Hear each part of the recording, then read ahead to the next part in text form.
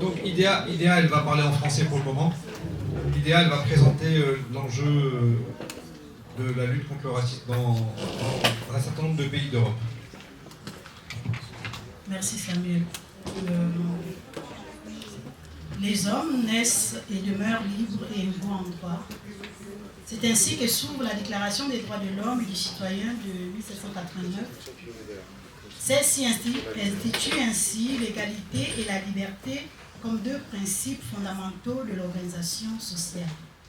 Pourtant, si centrales soient-elles, l'égalité et la liberté n'ont jamais été des valeurs intouchables. Si avant la Seconde Guerre mondiale, la restriction légale contre le racisme était rare dans les pays européens, aujourd'hui, les lois contre la haine raciale, les discriminations et la violence sont désormais assez répandues et rarement contestées en Europe. Ces lois adoptées par les États démocratiques visent à interdire les crimes de haine motivés par l'intolérance à l'égard de certains groupes. La Convention internationale sur l'élimination de toutes les formes de discrimination raciale, qui exige que les États signataires condamnant la propagande raciste, aussi bien que les actes de discrimination raciale, a été ratifiée par près de 150 pays. Et en y adhérant, les États se sont engagés, entre autres, à prendre des mesures pénales afin de réprimer l'incitation, la provocation, la propagande à la discrimination et à la haine raciale, mais aussi à des actes de violence. En juillet 1972, comme cela a déjà été évoqué, en effet, le Parlement français a adopté une législation dite Pleven, destinée à lutter contre le racisme.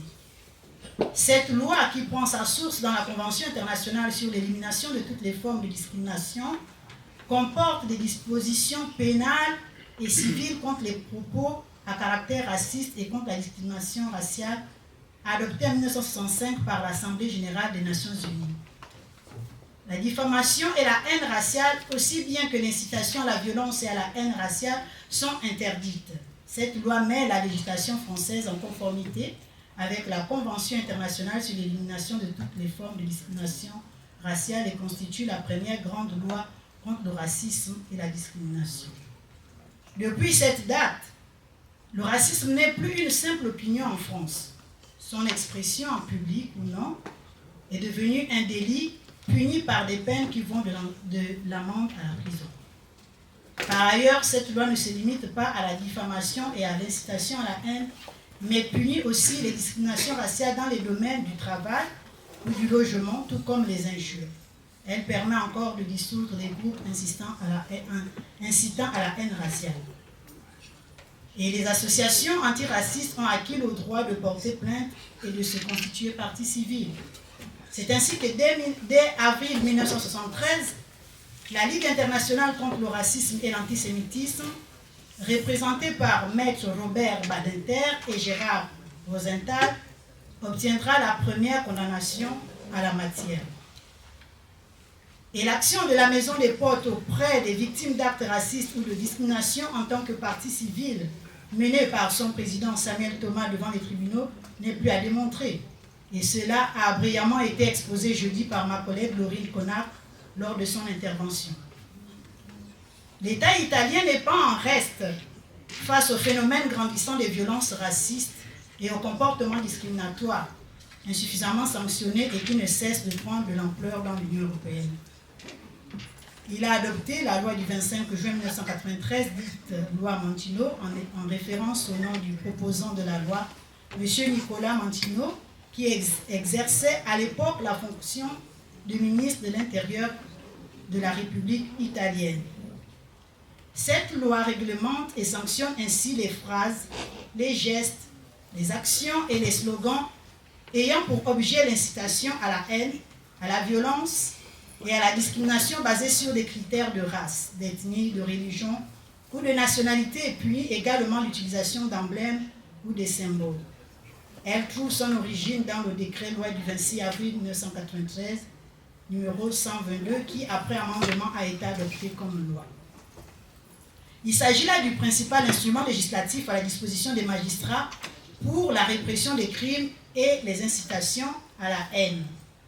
Par un arrêt arrêt du 12 janvier 2005, la Cour d'appel de Gênes a confirmé le jugement du 6 octobre 2003 du tribunal de Gênes par lequel un citoyen italien du nom de Cudillo avait été condamné à une peine d'emprisonnement pour avoir été déclaré coupable du délit visé aux articles 81, 1, 527 du Code pénal italien et 3 du décret-loi 122-93. En effet, M.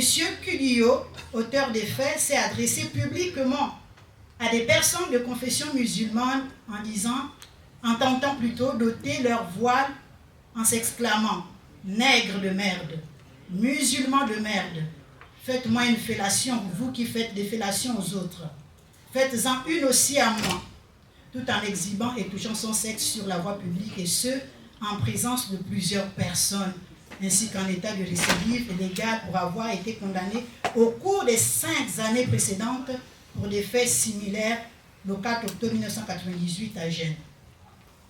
Les juges ont déduit de manière logique et adéquate qu'il y avait dans ces faits une claire intention de porter atteinte à l'intégrité morale de personnes appartenant à une culture religieuse, la culture islamique, différente de la culture catholique, dominante dans le pays en raison notamment du sens des mots et du contexte dans lequel ils ont été prononcés. Par la suite, l'avocat du défendeur a formé un pourvoi contre l'arrêt d'appel tentant de justifier ce pourvoi par une erreur de droit sur la qualification juridique des faits ainsi qu'une motivation illogique et contradictoire. La Cour de cassation a déclaré par une décision du 9 avril 2006 le recours comme étant irrecevable et a condamné le requérant au dépens de la procédure ainsi qu'à verser 500 € au fond des amendes. La Belgique, de son côté, n'est pas en reste. Elle a adopté la loi du 30 juillet 1981 qui lutte contre la discrimination, les discours de haine et les délits de haine fondés sur la race, la couleur de peau, la nationalité, l'ascendance et l'origine ethnique ou nationale. Par cette loi, la Belgique s'est conformée aux obligations internationales, comme celles figurant par exemple dans la Charte des Nations Unies de 1965 sur l'interdiction de toutes les formes de discrimination raciale, afrophobie, xénophobie, anticiganisme, islamophobe. Ainsi, quiconque commet une discrimination à l'égard d'une personne ou d'un groupe en raison de sa prétendue race, de sa couleur, de son ascendance, de son origine ou de sa nationalité peut être passible d'une peine d'emprisonnement d'1 mois à 1 an et devoir payer une amende de 50 € à 1 000 €. Son champ d'application est décrit à son article 5. Et l'article 12 de la loi Moreau précise que dans les domaines qui relèvent du champ d'application de la présente loi, toute forme de discrimination est interdite. Cet article prohibe les discriminations dites directes et indirectes, l'injonction de discriminer ainsi que le harcèlement. Alors, dans une affaire opposant UNIA contre la société privée à responsabilité limitée, le tribunal de première instance du Brabant wallon de Belgique, tenant l'audience publique des référés, a fait droit aux allégations du demandeur par une ordonnance rendue en référé le 3 septembre 2019 sur le fondement des lois, décrets et ordonnances du 31 juillet 1981, tendant à réprimer certains actes inspirés par le racisme ou la xénophobie, la loi du 10 mai 2007, tendant à lutter contre certaines formes de discrimination, et le décret régional wallon du 6 novembre 2008 relatif à la lutte contre certaines formes de discrimination, y compris la discrimination entre les femmes et les hommes en matière d'économie, d'emploi et de formation professionnelle. En effet, en septembre 2017, un Belge d'origine ivoirienne s'est vu refuser la location d'un appartement par cette agence immobilière au prétexte que le bien était déjà loué. N'étant pas convaincu par la réponse qui lui avait été donnée, le requérant demande alors à une dame de contacter l'agence pour savoir si ce bien était réellement loué. L'agence immobilière précise à cette dernière que le bien est libre. Le requérant décide alors à son tour et de manière anonyme de contacter l'agence. Pour une seconde fois, l'agence précise au requérant qu'une candidature a été choisie et que le propriétaire l'a acceptée.